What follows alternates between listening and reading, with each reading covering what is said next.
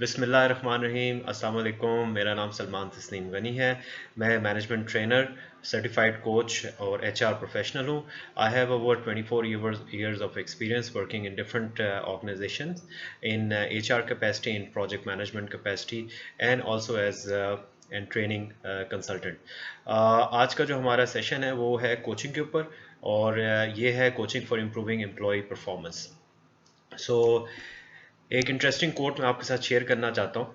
I absolutely believe that people unless coached never reach their maximum capabilities.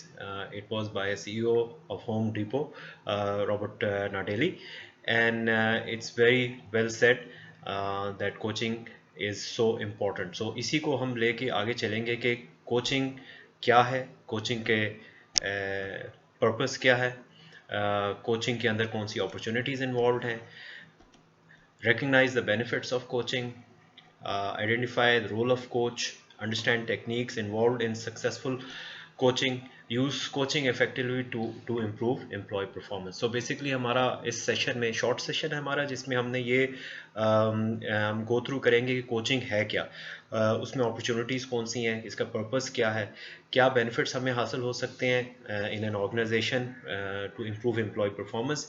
Similarly क्या coaching techniques हो सकती हैं, role coach का क्या है और किस तरह से हम ये सेशंस कोचिंग के जो है वो कर सकते हैं। सो वो कुछ आइडिया मैं आपको कोचिंग सेशन के हवाले से भी दूंगा। सो आगे चलते हैं।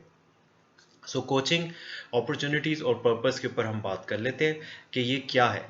सो आपके जहन में कोई आइडिया होगा कि कोचिंग क्या होती है। आपके जहन में काउंसलर का भी आता है आइडिया, मेंटर का भी आइडिया आता है, मैनेजर भी है। सो कोचिंग क्या है? सबसे पहले जहन में जो है हमारे, जब भी कोचिंग की बात होती है तो हमें कोई फुटबॉल का प्लेयर और उसका कोच का ख्याल आता है, या कोई एथलीट है उसके कोच के हवाले से हमारे जहन में आता है कि वो कोई होगा। लेकिन कोचिंग खाली स्पोर्ट्स के लिए नहीं है। कोचिंग हमारे मैनेजमेंट या ऑफिस के अंदर जो है वहाँ पे भी अप्लाई की जा सकती है और बड़े अच्छे तरीके से की जा सकती है, ताकि हम एम्प्लॉयज़ की परफॉर्मेंस को इम्प्रूव कर सकें। सो देखते हैं कि कोचिंग क्या है। So what is coaching? Coaching जो है it's an informal one to one या ग्रुप इंटरेक्शन हो सकता है। I prefer coaching to be one to one. So one to one coaching जो है वो बेहतर है, उससे आप रिजल्ट्स अच्छे निकाल सकते हैं, बिकॉज आप डायरेक्ट उस वक्त फीडबैक दे रहे होते हैं। So it's informal one to one discussion with your staff, with your junior. It's not a performance review, so be very clear कि ये performance appraisal नहीं है, performance review नहीं है, it's coaching. So coaching is encouraging, advising, motivating and developing the employee to achieve his potential. और it's an very interesting supervisory tool, जिससे आप help out कर सकते हैं अपने जूनियर्स को या अपने स्टाफ को या अपने एम्प्लॉयज़ को। सो मैं इसको समझता हूँ कि ये एक की philosophy of management for employee management, जिसको शायद इतने अच्छे तरीके से हमारे कल्चर में या हमारी ऑर्गेनाइजेशन में यूज़ नहीं किया जा रहा। So it needs to be introduced and used for better and quality improvement. वो हम देखेंगे कैसे कर सकते हैं। जी आगे चलते हैं। सो कोचिंग जो है वो इट्स अबाउट द पर्सन, ठीक है, इट्स अबाउट दैट पर्सन जिसके लिए आपने कोचिंग करनी है। ठीक है, ये कोई फैसिलिटी नहीं है, कोई प्रोसेस नहीं है, कोई और चीज़ नहीं है, ये एक ह्यूमन बीइंग है जिसको आपने कोच करना है और उसकी परफॉर्मेंस को इम्प्रूव करना है। So coaching is helping your employee reach his or her highest potential. Okay. So अगर आप ये ज़रा देखें तो coaching is something which is, जिसकी कॉनोटेशन जो है वो एक पॉजिटिविटी की तरफ आ रही है, एक पॉजिटिव बिहेवियर की तरफ आ रही है। So when you act as a coach, you are not acting like somebody who is directing the other person. So coaching के अंदर आपने किसी को उसकी उसकी पोटेंशियल तक लेके जाना है, तो it has to be in a very positive, conducive way, not in a very directing or coaching way जिसमें आप enforce कर रहे हैं चीज़ें। So it's a very collaborative effort. So opportunities किस तरह से rise होती हैं for coaching, कब ज़रूरत पड़ती है इसकी? जब आप देखेंगे your employees, your staff is appearing unmotivated or demotivated, excessive errors आ रहे हैं वर्क के अंदर, ठीक है, मिस्टेक्स आ रही हैं, लेक्चर्स में मिस्टेक्स आ रही हैं, एरर्स आ रही हैं, फीडबैक अच्छा नहीं आ रहा, he is missing on his deadlines और हर, फॉलिंग बिलो स्टैंडर्ड्स जो भी सेट हुए हुए या आपने सेट किए हुए, displaying need to fine tune skills, और आप समझते हैं कि उनकी जो एग्जिस्टिंग स्किल्स हैं उनको फाइन ट्यून करना है या न्यू स्किल्स की भी ज़रूरत है ताकि वो बेहतर हो सके, तो वहाँ पे कोचिंग हम अप्लाई कर सकते हैं। पर्पस ऑफ कोचिंग क्या है जी? To inform, to teach, to guide, to recognise. ठीक है, सो इन्फॉर्म करना कि क्या इशू आ रहा है, उनको टीच करना, उनको कुछ समझाना, एंड गाइड करना कि कैसे चीज़ की जा सकती है, और देन उनको रिकग्नाइज करना अगर वो किसी काम को बेहतर कर रहे हैं। सो अगर आप देखें तो कब इसमें थोड़ी सी चीज़ मैच कर रही है कि हम जब भी किसी की परफॉर्मेंस की बात करते हैं, जब वो अच्छा परफॉर्म करते हैं तो हम उनको एक पॉजिटिव रीइंफोर्समेंट देते हैं। सो कोचिंग के अंदर भी आप जैसे जैसे कोच कर रहे हैं, साथ साथ आप उनकी एफर्ट को, उनको जब आप टीच कर रहे हैं या गाइड कर रहे हैं, उनको साथ साथ आप उनकी एफर्ट्स को रिकग्नाइज भी कर रहे हैं। So this is what we want to do, कि उनको हम उनके गैप्स को भी बारे में भी इन्फॉर्म कर रहे हैं, उनको ट्रेन कर रहे हैं और गाइड कर रहे हैं, और साथ में रिकग्नाइज कर रहे हैं कि जब उन्होंने उसका रिजल्ट अच्छा आ रहा है, so they are able to achieve that, so ताकि उनके अंदर एक मोटिवेशन भी बिल्डअप हो। Further purpose of motivation is to motivate thus your staff, assist them, develop them, empower them, especially empower them, ठीक है, ताकि they make their own decisions in future and they do the right thing। Benefits क्या हो सकते हैं coaching के? improves quality and productivity, boosts enthusiasm and morale, strengthens relationship and communication, increase job satisfaction, improves teamwork, builds trust and loyalty. देखें, एक अच्छा coach जो होगा वो ये सारी चीज़ें कर पाएगा, आपकी प्रोडक्टिविटी इंप्रूव होगी, क्वालिटी इंप्रूव होगी काम की, मोरल बेहतर होगा, एम्प्लॉयज़ के अंदर, आपके स्टाफ के अंदर जो है एंथुजियाज्म बढ़ेगा, स्ट्रेंथ्स रिलेशनशिप जो है वो बेहतर होते हैं, इंटर डिपार्टमेंटल रिलेशन भी बेहतर हो सकते हैं, और आपके साथ भी रिलेशन जो है और बेहतर होंगे। कई दफ़ा ऐसा होता है कि हमारे यहाँ ऐसे हमारे जूनियर्स होते हैं जिनके साथ somehow the other हमारी हारमोनी नहीं बन रही होती, तो अगर if you act as a coach and you have those sessions with them, coaching sessions, there is a high chance कि जहाँ पे आपको वो गैप्स नज़र आ रहे थे वो ब्रिज हुए और उसकी वजह से इम्प्रूवमेंट आई है उनके बिहेवियर के अंदर, और they are also now delivering more. तो समटाइम्स कोच को डिफरेंट जूनियर्स के साथ ज़्यादा टाइम लगाना पड़ता है, so that build up that relationship जिसमें दे आर मोर कॉन्फिडेंट कि वो आपके साथ बात कर सके। So coach is somebody with which the employee और staff और जो भी आपका subordinate है आराम से बात कर सके। So इससे इंक्रीज होती है job satisfaction, improves team work, और ऑफ कोर्स आपके साथ उसकी लॉयल्टी, ऑर्गेनाइजेशन के साथ लॉयल्टी जो है वो बढ़ती है। So there are lot of benefits of coaching अगर इसको हम सीरियसली और अच्छे तरीके से लेके चलें। So coaching is an important part of your job. क्यों है जी? Because it helps you keep in touch with your staff and employees. आजकल का वो दौर नहीं रहा कि मैनेजर जो है वो बस बैठा हुआ है और he is unaware, he has to be aware of what is happening with the employees because it's such a fast paced work routine, so we need to be aware of what is happening. So अगर आप अच्छे coach होंगे तो आप क्या, क्योंकि relation अच्छा buildup हुआ होगा, you are in touch with your employees, so of course result is a better output. So lets you get closer to staff and employees, allows you to work with staff and employees easily and give them more guidance, use everyday situation to improve performance. So yes, coaching is not one-off thing, it's a continuous process, it is done regularly and it's done on the spot। जहाँ अगर आपको कोई problem नज़र आती है, issue आता है, you help them and coach them। हाँ, कहीं पे यहाँ पे बहुत दफ़ा ये भी सवाल किया जाता है कि हर वक्त तो हम एज मैनेजर्स उनकी परफॉर्मेंस को देख नहीं सकते या हम देख नहीं रहे क्या हो रहे हैं, लेकिन उसके लिए भी आप, अगर आपका स्केड्यूल या आपका वर्कलोड बहुत ज़्यादा है, तो आप अपनी कोचिंग अपॉइंटमेंट सेट कर सकते हैं of course, and then you have those rounds जिसमें आप जाके अपने स्टाफ को देख रहे हैं कि वो काम कैसा परफॉर्म कर रहे हैं, चेक कर सकते हैं। सो वो आपका एक स्केड्यूल हो सकता है। उसमें आपको अगर कोई इमीडिएटली कोई गैप नज़र आता है तो on A positive framework you identify it, you discuss with them, and then you try to quickly come to a action plan, and और उसी वक्त जो है वो उसका उसका उसका जो है वो एक प्लान बन जाता है, एंड देन द स्टाफ जो है वो उसके ऊपर काम करके, and then you can discuss with them in some other coaching session जो कि आपने स्केड्यूल किए हुए। So it is not that difficult, it's just matter of कि आप किस तरीके से उसको ऑर्गेनाइज करते हैं उस पूरे कोचिंग प्रोग्राम को, और आप अपना पूरा डे किस तरह से स्केड्यूल करते हैं। सो इट इज़ नॉट नेसेसरी कि आपने कोचिंग जो करनी है वो आज से शुरू कर देनी। You can do coaching in small steps. So वो हम आगे डिस्कस करेंगे। सो एक अच्छे क्वालिटी कोच में क्या कैरेक्टरिस्टिक्स हो सकते हैं या क्या क्वालिटीज़ हो सकती हैं उसको हम देख लेते हैं, और ये एक अच्छे मैनेजर्स में भी होनी चाहिए।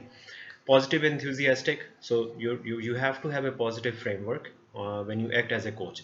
Coach cannot be somebody who is a negative personality. अगर आपकी नेगेटिव पर्सनैलिटी होगी तो वो इवेंचुअली शो अप होगी, और ऑफ कोर्स फिर जो आपके जूनियर्स हैं वो उस तरह से आपके साथ रिलेशनशिप बिल्डअप नहीं हो सकेगा।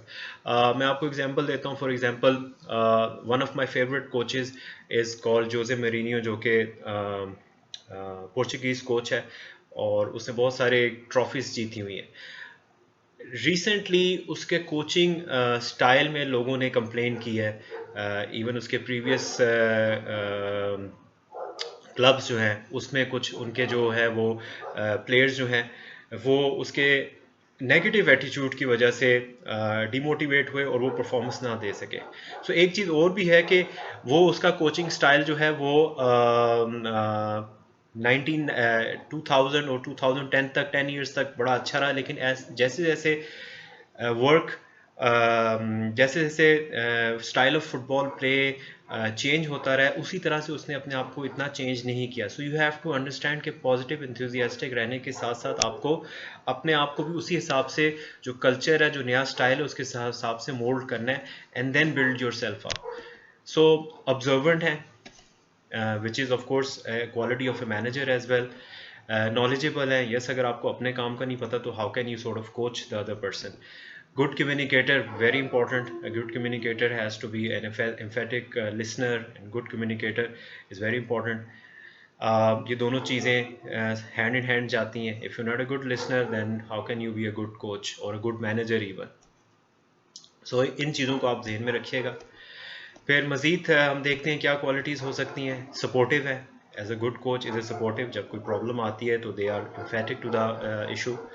पेशेंट हैं, टैक्टफुल हैं, रिस्पेक्टफुल हैं, you know, you give respect. अक्सर मैनेजर्स सीनियर पोजीशंस पे जो हैं वो जूनियर्स को जो है वो शायद उस रिस्पेक्ट के साथ बात नहीं करते जो कि करनी चाहिए। And similarly it goes to the juniors, they need to be respectful to their seniors, but this is very important. Empowering होना चाहिए, they should be able to empower, खुद भी empowered हैं and they are able to empower the juniors as well. Coaching techniques के ऊपर आ जाते हैं। अब तक हमने जो है वो कोचिंग के बारे में बात की है। Coaching is about the person, it's not about the whole department that we are talking about. Coaching is informal sessions that you have with your team to improve their with your staff to improve their performance. और उसके अंदर different coaching जो है वो qualities जो है वो coach के अंदर होनी चाहिए जो हमने डिस्कस की हैं। कोच के रोल को हमने डिस्कस किया और बेनिफिट्स को डिस्कस किया कि वो एम्प्लॉय के लिए मोरल बूस्टिंग होता है, टीम वर्क इम्प्रूव होता है, उसकी परफॉर्मेंस इम्प्रूव होती है, ऑफ कोर्स और आपका रिलेशनशिप आपके जूनियर के साथ बेहतर होता है। सो और साथ साथ जो है वो आप ओवरऑल ऑर्गेनाइजेशन के जो टारगेट्स हैं, गोल्स हैं, उसको भी अचीव करते हैं। सो अगला ये जो सेशन है बड़ा इंपॉर्टेंट है जिसमें हम कोचिंग टेक्निक्स के बारे में बात करेंगे। सो सबसे पहले जो है कोचिंग जो है वो मैं हम सबको यही कहता हूँ कि इफ़ेक्टिव कोचिंग इज़ इमीडिएट। सो ये नहीं है कि हम अक्सर देखते हैं कि अपने वर्क स्पेस में कोई प्रॉब्लम देखते हैं, हमने देखा अच्छा हम इसको नेक्स्ट वीक किसी मीटिंग में उस बंदे को बताएंगे। कोचिंग यूजली जब आपको वो प्रॉब्लम नज़र आती है उसी वक्त आप उसके साथ वो डिस्कस कर लेते हैं क्विकली। इन केस आप समझते हैं कि वो मीटिंग चल रही है और आपने कोई गैप देखा है और अभी नहीं बता सकते, तो मीटिंग के फ़ौरन बाद आप डिस्कस कर सकते हैं। और डिस्कशन भी जो है वो बॉस और जूनियर की नहीं है, but in fact it is a collaborative discussion जिसमें आप कॉपरेशन कर रहे हैं सो दैट उसके गैप को हम इम्प्रूव कर सकें। अक्सर औकात पाकिस्तान में मैंने देखा है, ऑर्गेनाइजेशन में I been working for so long, जब भी हम किसी को कोई फीडबैक देते हैं विच अबाउट द परफॉर्मेंस और उसमें कोई गैप होता है, अक्सर इसको हम नेगेटिव फीडबैक कहते हैं या गैप बताने की कोशिश करते हैं, तो लोग जो हैं दूसरे जो हैं वो उसके इतने रिसेप्टिव नहीं होते।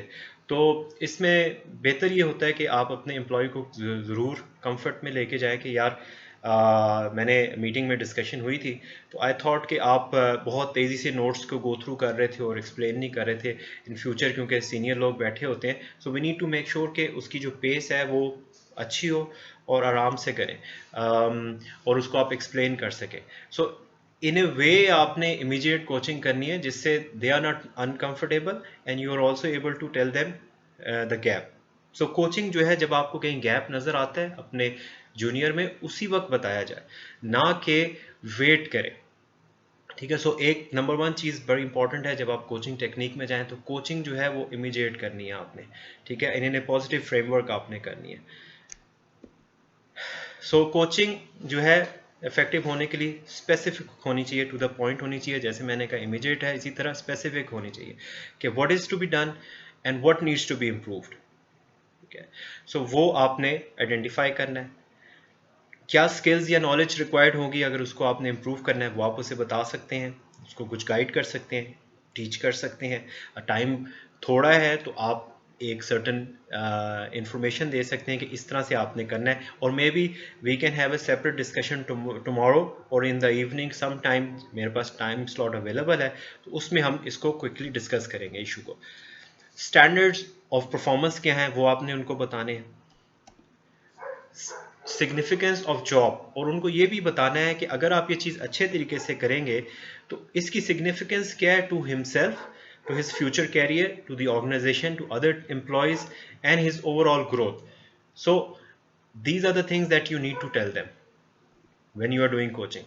And then of course जब ये चीज़ें डिस्कस होती हैं, sometimes you need to develop a corrective action.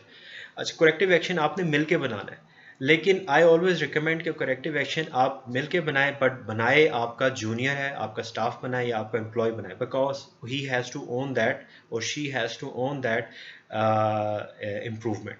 सो ये नहीं हो सकता कि आप कोचिंग में कई दफ़ा कई कोचेज ऐसे करते हैं कि हर चीज़ बता रहे और साथ में प्लान भी उनको खुद ही बना के दे देते हैं। व्हेन यू डू दैट तो फिर ओनरशिप कम हो जाती है। You have to make sure कि उनका ही प्लान बने। सो स्पेसिफिक इशू पे हो, कौन सी स्किल इंप्रूव करनी है, क्या स्टैंडर्ड है, उसकी इंपॉर्टेंस क्या है और क्या करेक्टिव एक्शन है, सो वो आपने बिल्डअप करना है। Effective coaching is of course always, हम अभी डिस्कस कर रहे थे, इंटरैक्टिव होना चाहिए। डिस्कस रादर देन लेक्चर और गिव ऑर्डर्स। ये मैं पहले भी बात कर चुका हूँ कि हमें बॉसी नहीं बनना, हमें लेक्चर नहीं देना, हमें जो है वो डिस्कस करना है। ठीक है, कोऑपरेट करना है उनके साथ और उनको आइडेंटिफाई करना है इन a positive frame of mind. ये एक इंपॉर्टेंट चीज़ है जो कि हम मिस कर जाते हैं।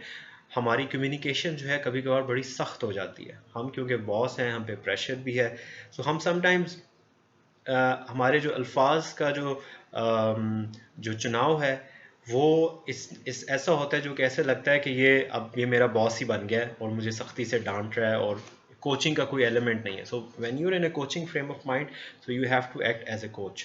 ठीक है, where you do it in a very positive frame of mind. Ask questions, बेहतर ये होता है कि इंटरेक्शन के अंदर आप क्वेश्चन आस्क करें एंड द पर्सन जहाँ पे जिसमें कोई परफॉर्मेंस गैप है या कोई और गैप है, उसके हवाले से आपको वो फीडबैक दे रहा हो। Listen to what the employee has to से।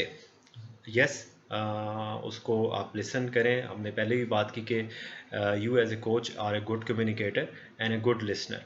सो a person who is not a good listener, so he is not a good communicator. Okay, A successful person is one who listens as well. A successful leader is one who has a good listening ability. Pay attention to body language too. So this is also very important कि जब आप किसी से बात करें तो उसकी body language कैसी है, क्या उसकी बॉडी लैंग्वेज जो है बिल्कुल डाउन है, बिल्कुल रिसेप्टिव नहीं है, इधर उधर देख रहा है, यहाँ देख रहा है, वहाँ देख रहा है, and he is not listening to you. So it means कि या वो घबराया हुआ है, so you have to make him comfortable, attentive करना है या सेपरेट सेशन करना है ताकि वो प्रॉपर अटेंशन दे. So sometimes you have to set that rule के भाई हम किस तरह से डिस्कस करेंगे, ठीक है, सो दैट उस कोचिंग सेशन का जो है वो फ़ायदा हो. सो क्विकली अगर मैं हमने ये क्विकली कोचिंग के इंट्रोडक्शन के ऊपर और कोचिंग टेक्निक्स के ऊपर बात की है, अब देखते हैं कि आपको कुछ याद है या नहीं है. सो मैं स्टेटमेंट्स एक दूंगा, आपने अपने जहन में इसको ट्रू या फॉल्स करना है, ठीक है जी. So coaching is an important part of your job. So is is true or false. So coaching हमने बात की कि कोचिंग हमें रेगुलरली करनी चाहिए and it is very very important. तो yes, it is true. I hope किसी ने फॉल्स नहीं कहा होगा, सबने ट्रू कहा होगा. आगे चलते हैं. Coaching is it something you should do on the spur of the moment. जी, ये क्या है? Coaching isn't something you should do on the spur of the moment. True या फॉल्स? सो हमने एक बात की थी कि कोचिंग जो है वो इमीडिएट करनी है. जब आपको कहीं गैप नज़र आया है, you can act as a coach and help them improve that situation. So देखें ये फॉल्स है या ट्रू है? फॉल्स है. Coaching isn't something you should do on spur of the moment. So किस किस ने इसको ट्रू का? अगर ट्रू का तो इसको फॉल्स होना चाहिए था. Coaching isn't something you should do on the spur of the moment. You should do immediate coaching. So that's why this is fault. आगे चलते हैं जी. Effective coaching is specific and interactive. So effective coaching जो है वो specific and interactive. सो इसमें true है या फॉल्स है? जी, अगर आपने ट्रू कहा है तो ये सही है. आगे चलते हैं. Coaching should only be used to correct workers when or employees when they are doing or staff when they are doing something wrong. जी, जब गलत किया तभी हमने कोचिंग करनी है. ये थोड़ा सा ट्रिकी लग रहा है, आपका क्या ख्याल है?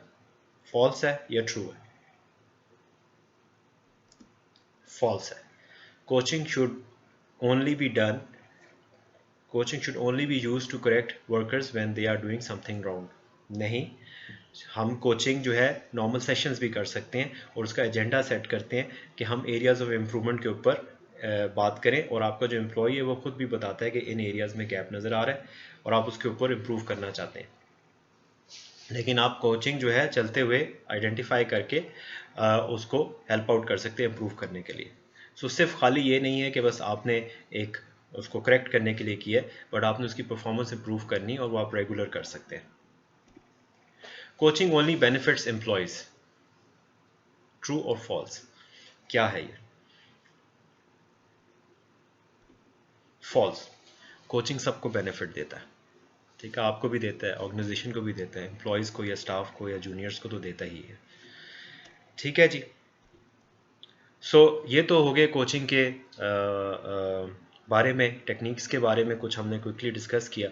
अब रोल ऑफ कोचिंग को भी है थोड़ा सा देख लेते हैं. सो सक्सेसफुल कोच क्या है, जो कि हमने बात की पहले भी गुड क्वालिटीज़ में, कि ऑब्जर्वेंट है. So observe work employees work, shows concern for them as individuals or give them respect, finds out what motivates them and what demotivates them, focuses on cooperation not competition. So last part मैं बड़ा important समझता हूँ एक successful coach के लिए कि वो corporation के ऊपर फोकस कर रहा है, ना कि लड़ाई झगड़ा और कंपटीशन क्रिएट कर रहा है. या समटाइम्स वी से कि विद इन द टीम हमें कुछ कंपटीशन क्रिएट करने की ज़रूरत है, लेकिन वो आप कंपटीशन सोच समझ के और प्लान तरीके से करते हैं जिसमें ओवरऑल ऑर्गेनाइजेशन की इम्प्रूवमेंट हो, ना कि लड़ाई झगड़ा हो जाए. I remember while back in 1999 when I was working with the starting my early in my career, I was working in one of the largest manufacturers in the world. I wouldn't name the name. Um, and we used to have those meetings where we had the CEO sitting, and sometimes CEO was a good CEO, but sometimes he would create undue competition within the team sitting in that meeting. And then once he creates that friction and the team is fighting, he is sitting there and enjoying कि ये लड़ाई हो रही है. And then of course after certain time he would come into it and try to resolve the situation. So I would say कि इस तरह के competitions के बीच में लड़ाइयाँ हो जाएं, क्योंकि लड़ाइयाँ होने से जो है वो फिर आपस में friction पैदा होती है और improvement नहीं होती. So as a successful coach, अगर आप coaching कर रहे हैं तो focus on cooperation, not on competition. ठीक है. Highlight growth and development. Provide new challenges to your individuals or a team. Give support and assistance जहाँ हमने बात की guidance देनी है. Create a positive work environment. So इसमें एक और बड़ी important चीज़ है कि as a coach you need to create a positive work environment. ठीक है, क्रिकेट का कोच है, फुटबॉल का कोच है, टेनिस का कोच है, whenever he is preparing his athlete, वो उसको एक ख़ास environment देते हैं जिसकी वजह से वो improve होते हैं, जिसके अंदर tools, टेक्निक्स, ओवरऑल इन्वायरमेंट बहुत अच्छा है. ठीक है, आप अपनी टीम को एक अजीब से माहौल में बिठा के काम करवा रहे हैं और फिर आप कोचिंग कर रहे हैं तो वो शायद नहीं हो सकेगी, उसका इम्पैक्ट इफेक्टिव नहीं होगा. सो कोचिंग के लिए, और अगर जब कोचिंग सेशन कर रहे हैं देन कोचिंग सेशन का भी जो एनवायरनमेंट है इन जनरल जो है वो अच्छा होना चाहिए, पॉजिटिव होना चाहिए. सो वर्क एनवायरनमेंट अच्छा होता है तो ऑफ कोर्स परफॉर्मेंस भी अच्छी होती है, and then you have a better impact as a coach too. So coaching sessions के ऊपर आ जाते हैं, जो कि बड़ा इंपॉर्टेंट है, जो कि क्रिटिकल है कि आपके कोचिंग सेशंस में क्या होना चाहिए. Determine the agenda. मैंने पहले बात की थी कि समटाइम्स आपने इमीडिएट कोचिंग करनी है और आप मीटिंग से बाहर आए और उसका गैप बताया, उस वक्त एजेंडा नहीं था बट आपने उस वक्त क्वार्टरली डिस्कस किया, एंड बाद में अगर उसमें ज़्यादा इंप्रूवमेंट की ज़रूरत है then you can set a agenda as well for your coaching session. Focus on 1 or 2 issues at a time. ठीक है, मैं तो ये कहता हूँ कि एक इशू को ही डिस्कस करें, लेकिन समटाइम्स जूनियर्स आते हैं, वो आके खुद ही जो है वो अपने इश्यूज और बताते हैं या गैप बताते हैं, they need some guidance, they need some help, तो आप उनके साथ कर सकते हैं.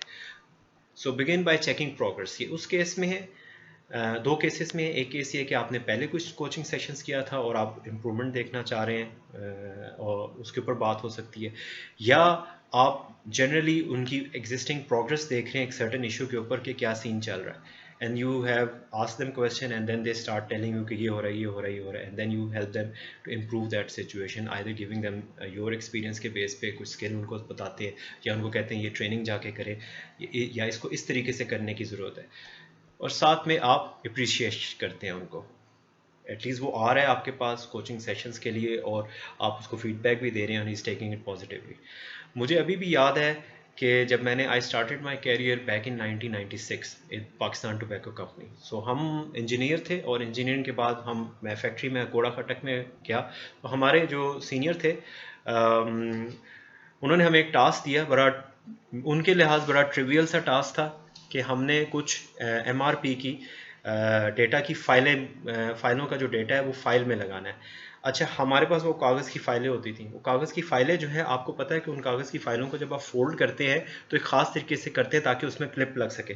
यकीन जाने मुझे वो फ़ाइलों को फ़ोल्ड करना नहीं आता था, उसको फ़ोल्ड करके बड़ा करके लगाते हैं. हमने बस जनरली जो है ना, वो बड़ी फ़ाइल, मैं भी देख रहा हूँ, ये बड़ी फ़ाइल है, पेपर रखा और ऐसे फ़ोल्ड किया, और उसने आके जब देखा तो उसने कहा भाई ये क्या कर रहे हो, ये ऐसे नहीं होता. उसने फिर हमें वो चीज़ करके दिखाई, वो हमारा सीनियर मैनेजर था, उसने वो चीज़ करके दिखाई कि इसको इस एंगल पे इस तरह से करते हैं, उन दोनों पीसेस को ऐसे जोड़ते हैं और फिर वो क्लिप लगता है, उसके पेज लगता है और फिर वो क्लिप लगता है, and then it works out. वो देना और आज का देना, मुझे फाइल बनाना आती है कि उसको कैसे करते हैं. सो ही कोच्ड मी देयर, उसने मुझे गाइड किया, उसने कुछ लाइफ ट्रेन किया, स्टेप्स बताए, एंड उसके बाद उसने कहा इंशाल्लाह you will be doing good. And वो दिन है, आज का दिन है. He appreciated and I have never make a wrong file. So coaching session के बारे में बात करते हैं, और ask for feedback, discuss problems and possible solutions with your team, with your employee, allow time for questions, agree a plan of action. Again ये plan of action जो है वो आई ऑलवेज रिकमेंड कि आपने नहीं बनाना, आपके एम्प्लॉय ने या आपके जूनियर ने बनाना है और उसको उसके ऊपर काम करना है। प्लान ज़रूरी नहीं है कि बहुत ही कोई फैंसी टेम्पलेट होगा जिसके ऊपर आप कुछ लिखेंगे। It could be any plan जिसमें आपने कुछ पॉइंट्स डाल दिए कि ये इशू है, गैप है, इसमें ये प्रॉब्लम आ रही है और इसका ये रेजोल्यूशन है, ये स्टेप्स होंगे, ठीक है। And then this can be discussed in some other next progress session में आप कर सकते हैं। अगेन बार बार ये ज़हन में रखना है कि हमने ये परफॉर्मेंस रिव्यू नहीं कर रहे जिसमें हम उनकी परफॉर्मेंस और वो एम्प्लॉयज़ जो है वो घबरा जाते हैं कि इसके ऊपर पता नहीं मेरी असेसमेंट होगी। This is a coaching cooperative thing है जिसमें हम कोशिश कर रहे हैं कि उसकी परफॉर्मेंस, उसके गैप्स कम हो और वो इम्प्रूव हो in a positive way. Formal performance appraisal is a separate thing जो कि क्वार्टरली या 6 मंथली या मोस्टली ऑर्गेनाइजेशन में एंड ऑफ द ईयर होती है और उसमें सारे गोल्स जो हैं उसके ऊपर डिस्कशन होती है और उसके ऊपर फिर असेसमेंट होती है सॉफ्ट स्किल्स के ऊपर, टेक्निकल स्किल्स के ऊपर और क्या टारगेट्स है, कैसे अचीव किया। So it's totally different thing. So coaching can be bit size improvement elements जिनको आप यूज़ कर रहे हैं continuously throughout the year for employee to improve. So coaching session में always look ahead, aim high but keep goals within reach. बहुत lofty goals की ज़रूरत नहीं है, फ्यूचर को सामने रखे करें। Thank the employee for input and participation. Set a date for the next coaching session. Follow up करें। फॉलो अप में आप रिव्यू करें वही जो आपने कोचिंग सेशन में डिस्कस किया था, उसकी परफॉर्मेंस कैसी रही, उसको कोई फीडबैक देना है तो फीडबैक दे सकते हैं। Offer advice and support if anything further is required, and of course मैं हमेशा कहता हूँ never give up, keep faith with your employees and think about they are someone who have the capability and they can improve. There will be high performance, average performance, performers and poor performers. कुछ मैंने discussion रखी है average performers के लिहाज से। Usually जब हम HR में काम कर रहे होते हैं तो हमारा एक बेल कर्व में हाई परफॉर्मर्स होते हैं, ठीक है, एंड देन मोस्टली जो है वो एवरेज में होते हैं एंड देन बाकी जो है वो पुअर परफॉर्मेंस के कर्व में आ रहे होते हैं। सो एवरेज परफॉर्मेंस को भी हम चाहते हैं कि उनकी परफॉर्मेंस इंप्रूव हो। एवरेज का मतलब ये नहीं है कि वो डिलीवर नहीं कर रहे, but there is room for improvement. So उनके पोटेंशियल के ऊपर बात करें कि they have the potential. So I coaching is a positive thing. इसको नेगेटिवली हमने नहीं लेके चलना, it's a positive thing. So determine employees potential, find out why they aren't doing better, उनके साथ वो डिस्कशन हो रही है इस कोचिंग सेशन के अंदर। रीइंफोर्स उनकी स्ट्रेंथ्स को करें कि ये यूजुअली होता ही है कि हम पहले जब किसी में गैप आता है तो हम बताते हैं, लेकिन हम कोशिश करनी चाहिए कि इस वे में बताया जाए कि उनको पता चल जाए कि गैप है, but at the same time उनकी स्ट्रेंथ्स को भी हमें हाईलाइट करने की ज़रूरत है कि ये चीज़ें आपने अच्छी की हैं बट ये चीज़ें गैप है जिसको अब हमें इम्प्रूव करना है। स्टैंडर्ड्स उनको आइडेंटिफाई करें और अगेन प्लान डेवलप करना है, ठीक है। So it's again a coaching session, जो कि हम कोचिंग सेशन की बात करें, हम इमीडिएट कोचिंग की बात नहीं करें जो आपने देखा और वहाँ पे बता दिया, वो भी एक कोचिंग आप कर रहे हैं, but this is a coaching जो कि हम एक प्रॉपर एजेंडा के थ्रू कर रहे हैं। सो कोचिंग पुअर परफॉर्मर्स, कॉजेज़ क्या हैं, क्योंकि इन पे हमें मुश्किल होती है और हम अक्सर कभी कभार सोचते हैं कि ये हमारी कंपनी में, हमारी ऑर्गेनाइजेशन में चल सकेंगे नहीं चल सकेंगे, इनको वार्निंग देनी है, ये परफॉर्म नहीं कर रहे, ये हैबिचुअल हैं, लेट आते हैं, ये नहीं करते, वो नहीं करते, टाइम पे रिपोर्ट सबमिट नहीं करते, स्टूडेंट्स की या अदर्स की लोगों की फीडबैक अच्छी नहीं है। सो कुछ भी हो सकता है। सो हमें कॉजेज़ को आइडेंटिफाई करना है, इंकरेज करना है एम्प्लॉय को कि वो अपनी इनपुट दें, डिस्कस करें। अगेन जब ये आप कोचिंग सेशन कर रहे हैं तो ये they have to be very informal relax session, not a डंडे वाला सेशन नहीं हमने करना, it's a relax session. So इसमें हमने सॉल्यूशंस को डेवलप करना है उसके साथ। गोल्स एंड ऑब्जेक्टिव्स में भी उससे नहीं हो पा रहे और उसके अंदर कोई गैप है, सो आपने उसको वहाँ पे उस गैप को आइडेंटिफाई करके उसको हेल्प आउट करना है। मे बी आपने उसको कुछ कोचिंग सेशंस और देने जिसमें आप उसको ट्रेन कर रहे होंगे कुछ, सो वहाँ पे उसको रिक्वायर्ड है, या उसके अपने कोई पर्सनल इश्यूज हैं जिसकी वजह से वो चीज़ नहीं कर पा रहा। So you have to act in a way, और समटाइम यहाँ पे कोचेस को ना as a somebody who counsellor type का भी काम करना पड़ता है, जिसमें आप उनके कई दफ़ा पर्सनल इश्यूज को भी सुन रहे होते हैं, पता चलता है कि रूट कॉज कोई और है उनके कंसिस्टेंट पुअर परफॉर्मेंस की, फिर आप उनको वो कोच करके हेल्प आउट करके उनके साथ कोई एक्शन प्लान बनाते हैं। एंड और मैं ये हमेशा समझता हूँ कि पुअर परफॉर्मेंस के लिए आपको छोटे छोटे प्लान्स बनाने चाहिए ताकि वो छोटे छोटे अचीवमेंट्स करें, सो दैट दे फील लाइक कि उन्होंने कुछ अचीव किया। इमीडिएटली हम बड़े टारगेट्स नहीं रख सकते या नहीं रखने चाहिए, मेरी ये सजेशन है, ठीक है। But at the same time they should be very clear के उनके उनसे वो क्या एक्सपेक्ट कर रहे हैं। बट जाहिर है एक सर्टन लेवल पे अगर एक बंदा जो है कोचिंग के बाद उसको ट्रेन भी किया है, he is not updating his performance, then of course you have to decide कि whether he is actually fit for the organisation or not, ठीक है। But I am talking from the positive frame of mind, so we need to give them some give him or her some time to improve his performance or her performance. So of course follow up sessions भी आप उनके साथ करेंगे। Coaching employees through periods of change, this is very important. I added this because of course COVID-19 की वजह से चीज़ें बिल्कुल चेंज हो चुकी हुई हैं, सिनेरियोज चेंज हो चुके हुए हैं। So explain what's going on, ठीक है। अगर आप इस ऑर्गेनाइजेशन में हैं, नस्ट में हैं या कहीं और भी हैं, you have to keep them updated कि what's going on around and how it will impact or impacting, और क्या आप देख रहे हैं, so that they are more comfortable. Offer reassurance कि things will be okay, so we will have to adjust to the new norm, और उसके लिए हम ये स्टेप्स करेंगे और उसके लिए मैं आपको ये गाइड करूँगा।